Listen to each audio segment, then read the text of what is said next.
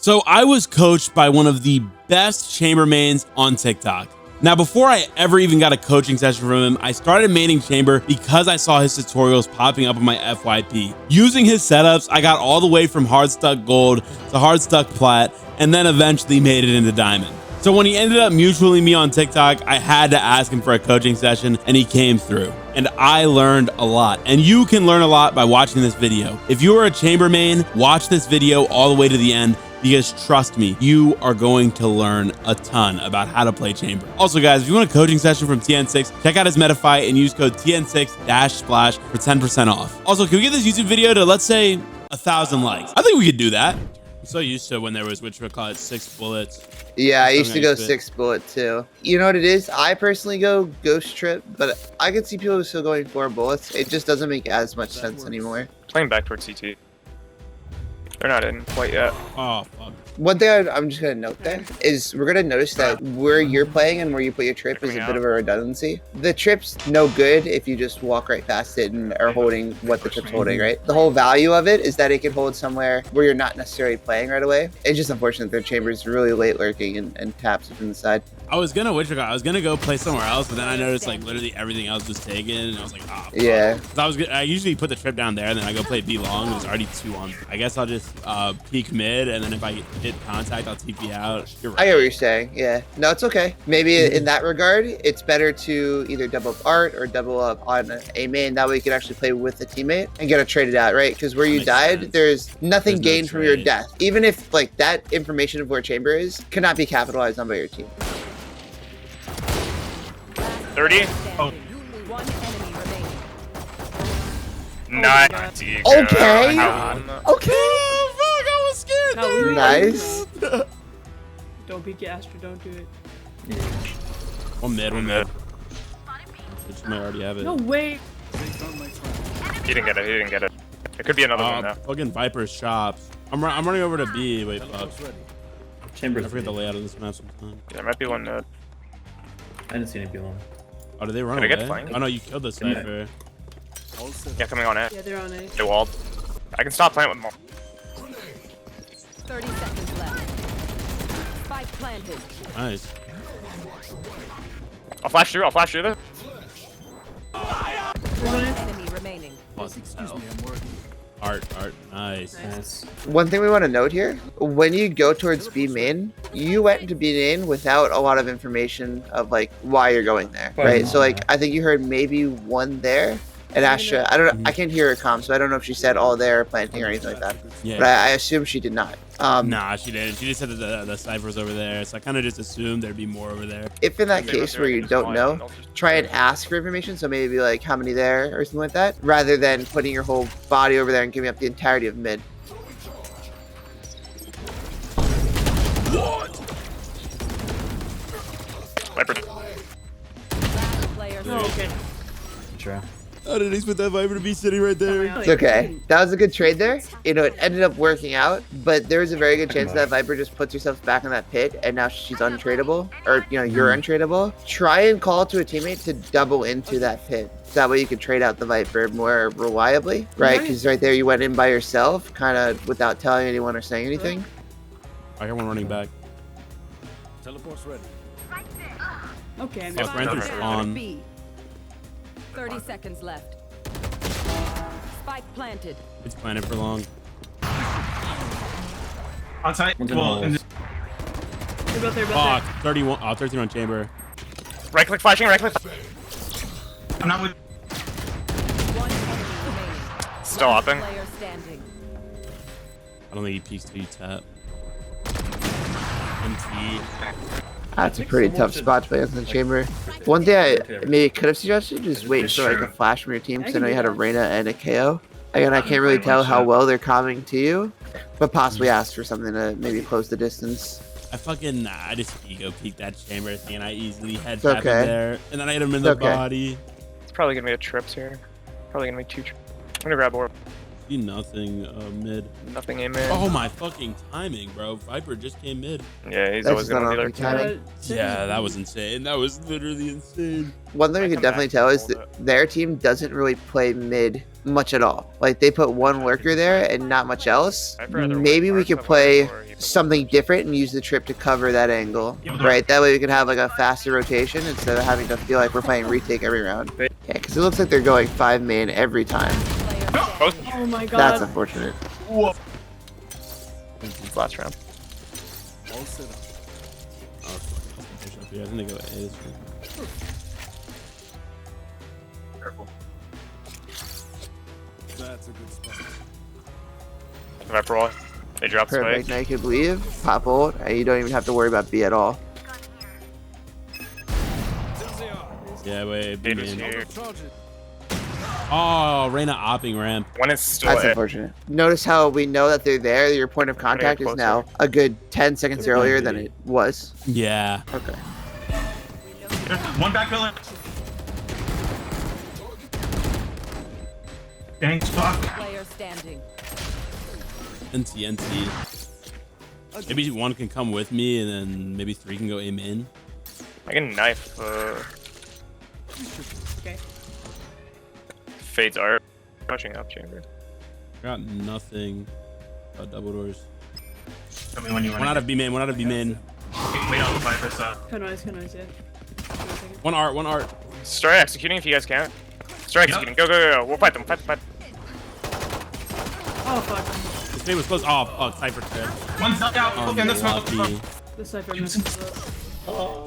I'm gonna clip that, but essentially because this team is giving you so much space, you can place your first anchor where you put your second anchor, and then use your second anchor deeper where you're actually thinking about you're gonna make contact. This team plays pretty far back, at least round 1 they did, and I assume they're going to for more rounds. You don't have to place your anchors as far back. You keep them more aggressively. That way you can put yourself in a better position to fall back on. She whiffed it. Okay, the KO. That makes He's surprised. KO, that makes sense. Knocked out. Oh, one just thinking secret. Oh, Did hit yeah, 105 but art. smoke Okay. there. One thing we just gotta get ready for is what open to us and where can we expect a gunfight or where can an enemy be? In that case, like I don't know if our Asher just laid to her smokes or whatever it was. Yeah, your back end was way open. You kind of tunnel visioned on where one guy was. Yeah, that was really bad. If we want to try and clear him out safer, we could have tried and spray through dugout wall to do so. Yeah, so we want to try not to tunnel vision onto one person. Welcome to my world. Viper all B. Wait, in fucking Beta mid set. actually. Wait, this is perplexing me. It's just confusing me. I'm just doubting this Viper doesn't peek out of this ult. Face your fear. I know exactly where you are. Okay. Fuck this Viper. Last This is player pretty standing. brutal right now. You got this though. What?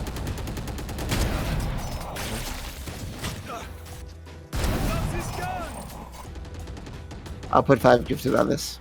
I've gifted. Whoa, shit! No shot, bro. Damn, that's unfortunate. I felt like it was like going pretty well at first, and then it just everything started collapsing. Yeah, we'll take a look and kind of put this out. So in that case, let's get to it, shall we? First, I think we got the first pistol round. Mm. So essentially, your pistol where you're playing is you're playing right past your trip, and so you're playing by yourself here. So even though it's good that we're taking mid control, right? Like we're really creeping up when we have no idea exactly where they are. We know they're like kind of main, but we don't know exactly. The risk versus reward of you dying is not worth it here. What happens is you get popped, and now your Reyna can no longer hold main. She has to hold art, and your other teammates have to try and fill in your cracks as well.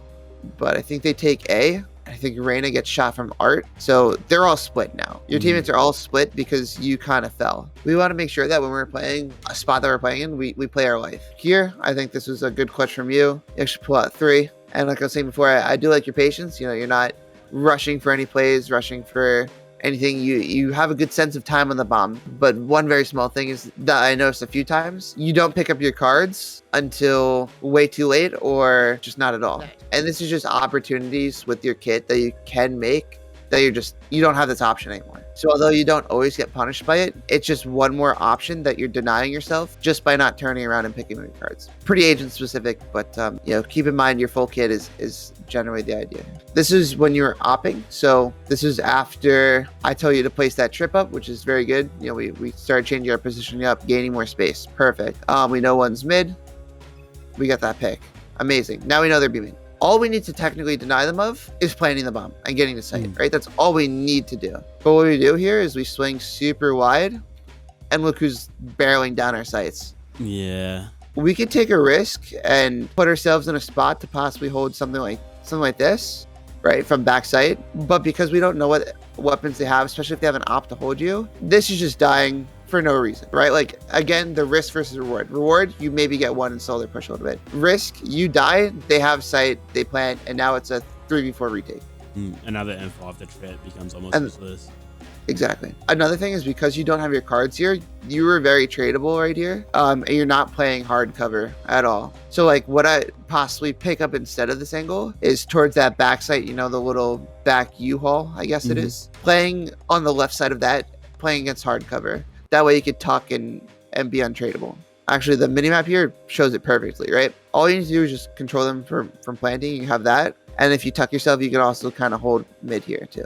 Because you die here, this entire half that I just kind of sliced of the map is now unknown, lost control of. So now your team, as they rotate, they're gonna have to clear mid, link, tunnel, tower, everything, right? Versus you just playing yourself alive here, they no longer have to clear this spawn. They don't have to clear like tower, tunnel, backhaul, stuff like that.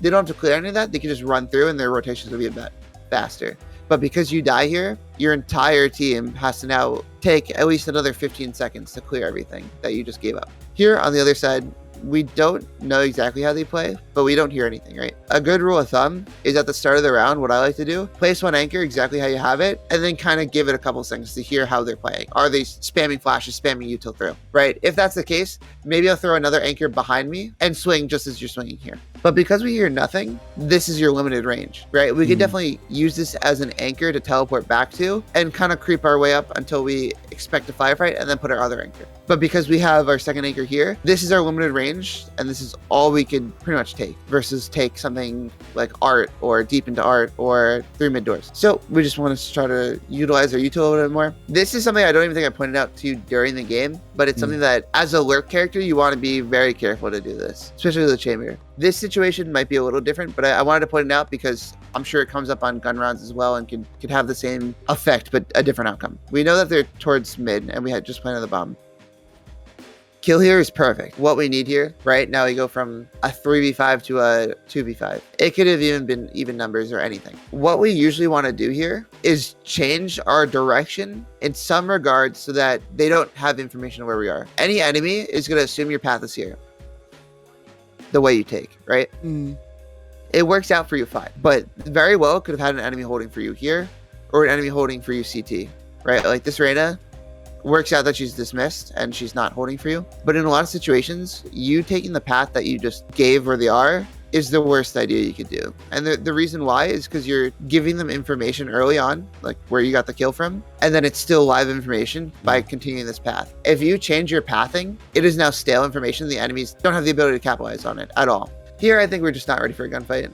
Basically, how we go here is you come down and swing. Unfortunately, it's a little late on this clip. I apologize, but I don't know if you remember this yourself. Yeah, but you're kind of looking like way out here where my crosshair is, and then you flick back up to him. And where you're holding right now is not head height at all. So we just got to be wary of that. I guess one thing good to know here that I've just learned from this clip: this second row of bricks is head height here. Yeah, man. I appreciate you too. Thanks for the fucking the tips and the content, man. Yeah, of course. Otherwise, take care, I suppose. So good luck on your games, and you definitely got ass coming this episode. So.